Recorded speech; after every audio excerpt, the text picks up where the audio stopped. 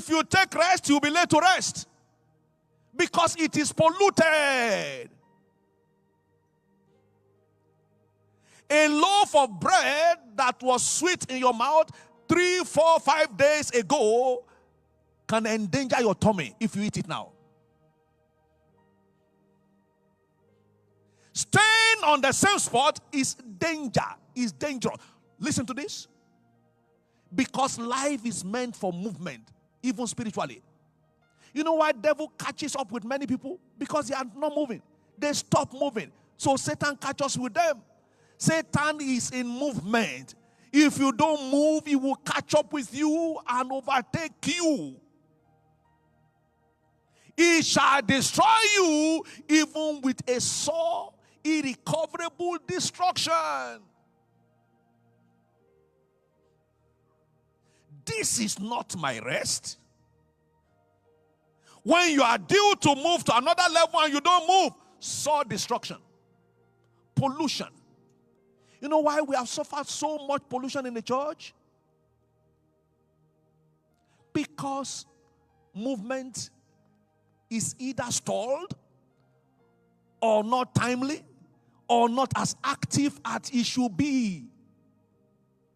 Movement has stopped in many assemblies. Movement have stopped from many altars. A place where there used to be fire is no longer there. A place where you see multitudes running for salvation, it is no longer happening. Depart. This is not your rest. This is not your rest. It is polluted. Listen to this. Today is already polluted. Tomorrow is virgin and brand new. Let's go for the virgin. Let's go for the new.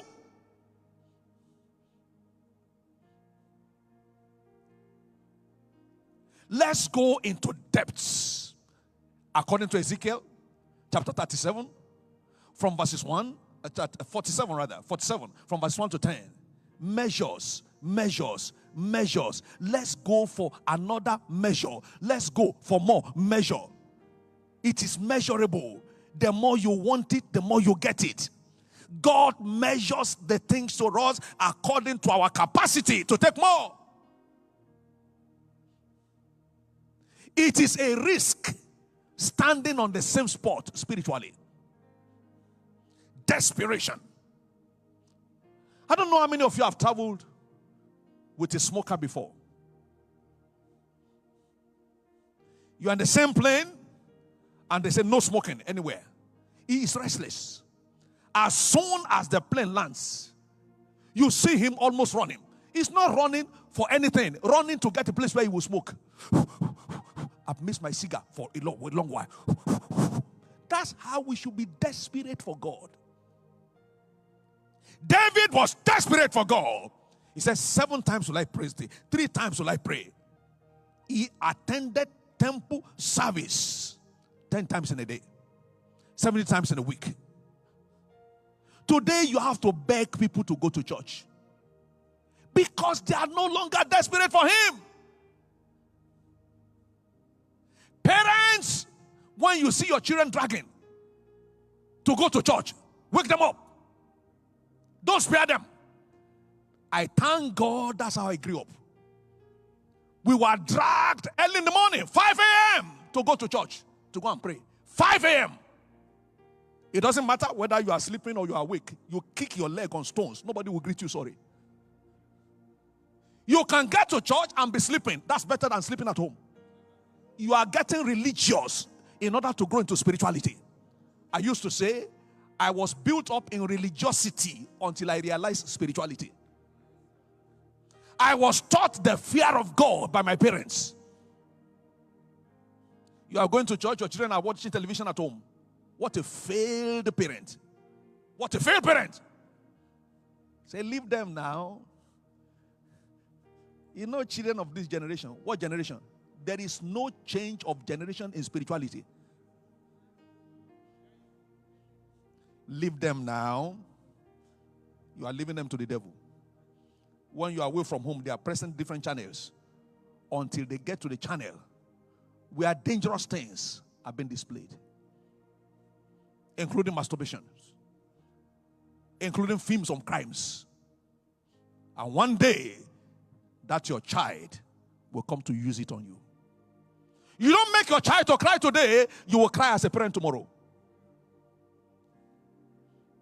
It's better for children to cry than for adults to cry. When a child cries, they say the child is growing. The child wants to grow.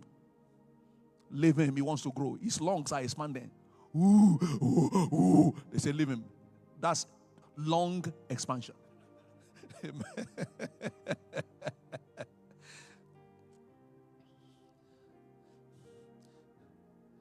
Don't only be desperate. Get everybody around you desperate. These things are very infectious. You see, what comes out of you is what sets the tone in your environment. When you pray, your children will know you as a prayer man and start praying with you. There is no child who will see the parent 3 times consecutively doing what is right, and the child will go to do what is wrong. One more trait of a truly hungry man: he is pressing to know more, like a researcher. He's pressing to know more. He's pressing to know more. Sometimes we feel we know so much, while we know so less. I have discovered that the more I know of God, the less I discovered I didn't know. The less. People who truly know God claim that they don't know Him. Your claim to know God is an indication that you don't know Him. Those who truly know Him want to know Him more. If you don't want to know Him more, then you don't know Him. Exodus chapter 8, verses 3 and 11. Those who truly know God admit that they don't know Him. Exodus 33, verse 8, and then verse 11.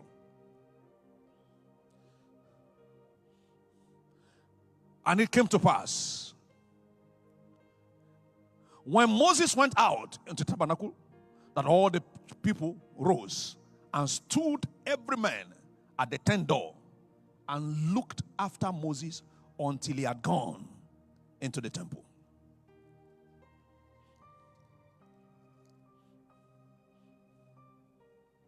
Thank you, Jesus.